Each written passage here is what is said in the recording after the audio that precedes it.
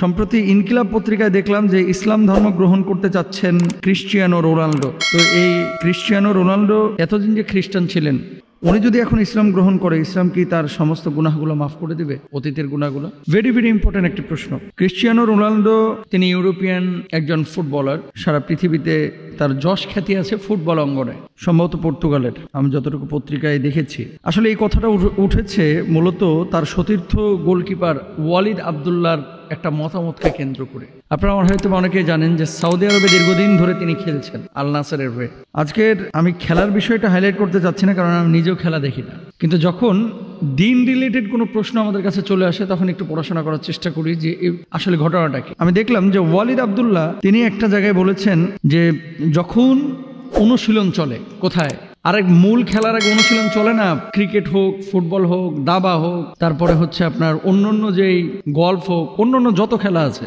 মূল খেলার আগে কিন্তু তারা প্র্যাকটিস করে।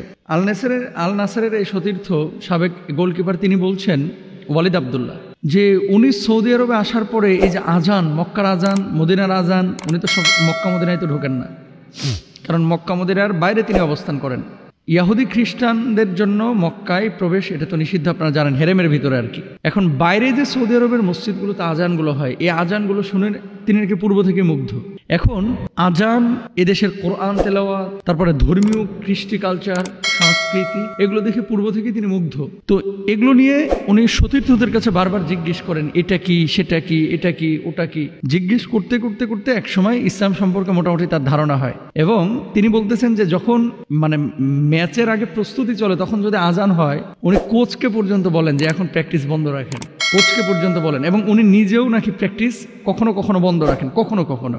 বিষয়টা অবশ্যই পজিটিভ, অবশ্যই পজিটিভ। এখন কথা হচ্ছে, আপনি যে প্রশ্নটি করেছেন যে উনি যদি ইসলাম কবুল করে, ওয়ালিদ আবদুল্লাহর কথা অনুযায়ী যে ইসলামের প্রতি তার আগ্রহ আছে, এবং তিনি নিজের সতীর্থদেরকে নামাজের সময় হলে এমন বলে, নামাজ পড়বা না, তোমাদের না নামাজের সময় হয়েছে, আজান হচ্ছে, নামাজ পড়ো। তো এইভাবে কিন্তু ইসলামের প্রতি জানার আগ্রহ তার তৈরি হয়েছিল, জেনেছেন, জানার পরে তিনি আজকে আগ্রহ প্রকাশ করেছেন। আমরা দোয়া করি, যেহেতু মুসলিম খেলোয়াড়রাই বলছেন যে তিনি ইসলামের দিকে ঝুঁকেছেন, আমরা দোয়া করি আল্লাহ সুবহানাহু ওয়া তাআলা যেন তাকে দ্বীনের জন্য কবুল করেন, ইসলামের সুশীতল ছায়াতলে কবুল করেন। এবার আসেন যে এই মুহূর্তে যদি ইসলাম কবুল করেন, তার যে এই যে পূর্ববর্তী জীবন 40-42 বছরের এই দীর্ঘ সময়, আমি জানি না তার অ্যাকুরেট বয়স কত, ধরে নিলাম 40 বছর, এই 40 বছর যে সে খ্রিস্টান ছিল, এই গুণাটাকে আল্লাহ মাফ করবেন?